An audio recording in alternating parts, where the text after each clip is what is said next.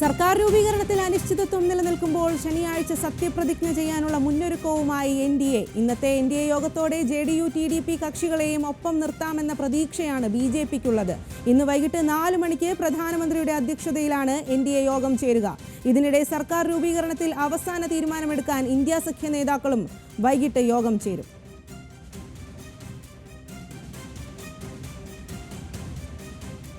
വിവരങ്ങളുമായി ഡൽഹിയിൽ നിന്നും രുജീഷ് രവീന്ദ്രൻ കൂടി ചേരുന്നുണ്ട്.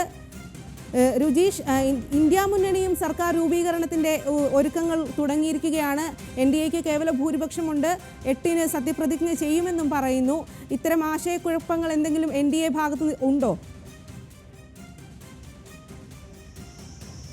സ്വാതി, എന്തായാലും ഇനി അധികം മണിക്കൂറുകളില്ല തീരുമാനത്തിന്. 4 മണിക്ക് എൻഡിഎ യോഗത്തിലേക്ക് പോവുകയാണ്. ഏറ്റവും പ്രധാനപ്പെട്ട കാര്യം, പ്രധാനമന്ത്രി നരേന്ദ്രമോദിയും അതോടൊപ്പം മന്ത്രിമാരും രാജിവെച്ചുകൊണ്ട് ആ രാജിക്കത്ത് പ്രധാനമന്ത്രി രാഷ്ട്രപതിക്ക് അല്പസമയം മുൻപ് സമർപ്പിക്കുകയും ചെയ്തു.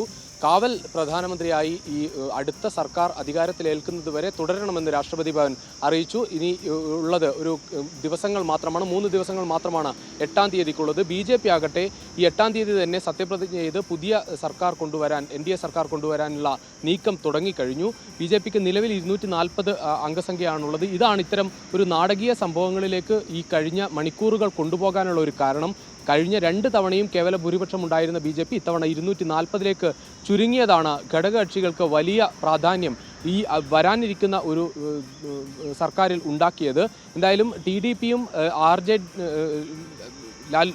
നിതീഷ് കുമാറിൻ്റെ JDUമാണ് ഇതിൽ ഏറ്റവും പ്രധാനപ്പെട്ട കക്ഷികളായി ഇടഞ്ഞു നിൽക്കുന്ന ഒരു കക്ഷികൾ. പക്ഷേ ഇവരെ രണ്ടുപേരെയും ഏതെങ്കിലും തരത്തിൽ ഇന്ത്യ സഖ്യത്തിന് കൊണ്ടുപോകാൻ പറ്റുന്ന തരത്തിലുള്ളൊരു സാഹചര്യം നിലവിലില്ല. കാരണം 2 കക്ഷികളും ഈ യോഗത്തിൽ, എൻഡിഎ യോഗത്തിൽ പങ്കെടുക്കും. അതോടൊപ്പം പല കാലങ്ങളിലായി നരേന്ദ്രമോദിയെ എതിർത്തിട്ടുള്ള 2 കക്ഷികളാണ് ഈ TDPയും അതോടൊപ്പം JDUവും. നിതീഷ് കുമാറാകട്ടെ മുൻപ് ഈ പ്രതിപക്ഷ കക്ഷിയുടെ പ്രധാനമന്ത്രി സ്ഥാനാർത്ഥിയായി വരെ ഉയർത്തിക്കാണിച്ച ഒരു മുഖമാണ്. TDPയുടെ ചന്ദ്രബാബു നായിഡു ആകട്ടെ ഈ ഗുജറാത്ത് കലാപത്തിൻ്റെയൊക്കെ പശ്ചാത്തലത്തിൽ വലിയ വിമർശനം മുൻപ് തന്നെ നരേന്ദ്രമോദിക്കെതിരെ ഉയർത്തുന്ന നേതാവാണ്. എന്തായാലും കഴിഞ്ഞ ലോക്സഭാ തെരഞ്ഞെടുപ്പിൻ്റെ ഒരു പശ്ചാത്തലത്തിലാണ് വീണ്ടും JDUവും TDPയും ഈ എൻഡിഎ സഖ്യത്തിലേക്ക് എത്തിയത്. അതുകൊണ്ട് തന്നെയാണ് ഏത് സാഹചര്യത്തിലും ഒരു മറിച്ചൽ വീണ്ടും സാധിക്കും എന്ന ഒരു പ്രചാരണമുണ്ടായത്. പക്ഷേ എന്തായാലും ഇന്ത്യ സഖ്യം അത്തരത്തിലൊരു കുതിരക്കച്ചവടത്തിൻ്റെ ഭാഗമായ ഒരു സർക്കാർ രൂപീകരിക്കാൻ പോകില്ല എന്ന് തന്നെയാണ് ഇപ്പോഴും കരുതുന്നത്. എൻഡിഎയും പുതിയ സർക്കാർ രൂപീകരിക്കാനുള്ള പ്രതീക്ഷയിൽ തന്നെയാണ്. 8-ാം തീയതി ശനിയാഴ്ച തന്നെ പുതിയ സർക്കാർ അധികാരത്തിലേറാൻ സാഹചര്യത്തിൽ സത്യപ്രതിജ്ഞയുടെ തീരുമാനമുണ്ട്.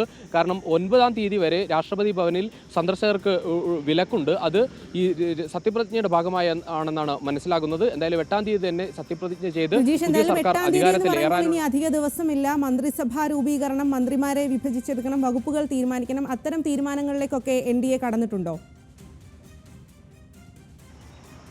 ഇന്നത്തെ യോഗം വളരെ നിർണായകമാണ്. എൻഡിഎയുടെ ഇന്നത്തെ യോഗം വളരെ നിർണായകമാണ്. ഈ യോഗത്തിലായിരിക്കും ഏതൊക്കെ വകുപ്പുകളിലേക്ക് ഈ ആവശ്യങ്ങൾ ഉന്നയിക്കപ്പെടുക.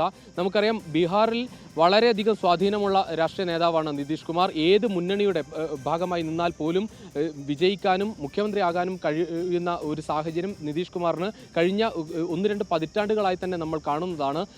കഴിഞ്ഞ 10 വർഷത്തിനിടയിൽ 5 തവണ മുന്നണി മാറിയിട്ടും നിതീഷ് കുമാറിന് ബദലായി മറ്റൊരു നേതാവിനെ ആ തരത്തിലേക്ക് ബീഹാർ സ്വീകരിച്ചിട്ടില്ല. അതുകൊണ്ട് തന്നെ നിതീഷ് കുമാറിന് ബീഹാർ എന്ന ഒരു സ്വപ്നം കൂടിയുണ്ട്. ആ സ്വപ്നത്തിൽ ഏതൊക്കെ തരത്തിലായിരിക്കും മന്ത്രിസഭയിലേക്ക് കൂടുതൽ ആവശ്യങ്ങൾ ഉന്നയിക്കുക എന്നത് പ്രധാനമാണ്. നിതീഷ് കുമാർ മാത്രമല്ല, TDP നേതാവ് ചന്ദ്രബാബു നായിഡു 2 പേരും സ്പീക്കർ സ്ഥാനം ആവശ്യപ്പെട്ടു എന്നാണ് കരുതുന്നത്.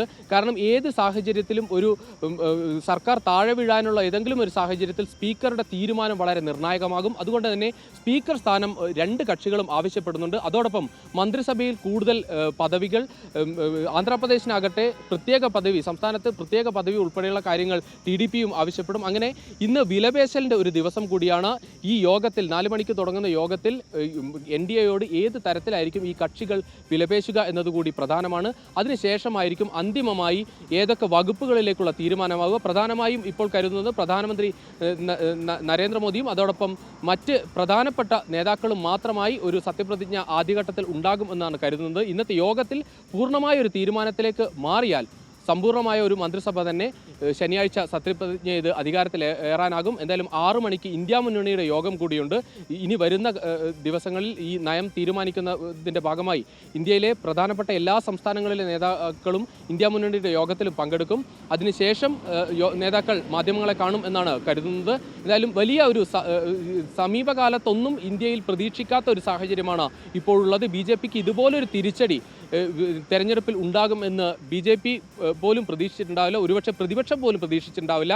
കാരണം അത്രയും വലിയ തിരിച്ചടി 240ലേക്ക് 2 തവണ കേവല ഭൂരിപക്ഷത്തിലേക്ക് ഒറ്റയ്ക്കുണ്ടായിരുന്ന BJP കേവല ഭൂരിപക്ഷം ഇല്ലാതെ 240ലേക്ക് ചുരുങ്ങുക, 234 സീറ്റുമായി പ്രതിപക്ഷ സഖ്യം തൊട്ട് പിന്നിലെത്തുക.